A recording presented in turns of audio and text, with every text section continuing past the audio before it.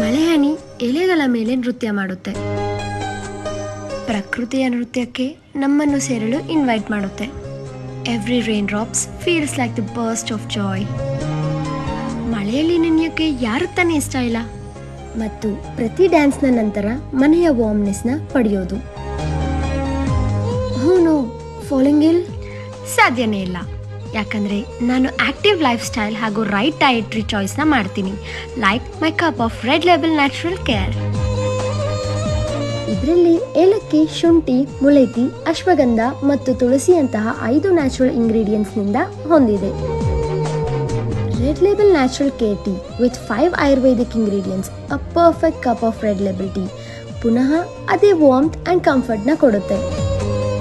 ಯಾಕಂದರೆ ಪ್ರತಿ ಮಳೆಯ ದಿನದಲ್ಲೂ ಸ್ವಲ್ಪ ಮ್ಯಾಜಿಕ್ ಅಗತ್ಯವಿದೆ. Red label natural care, be strong.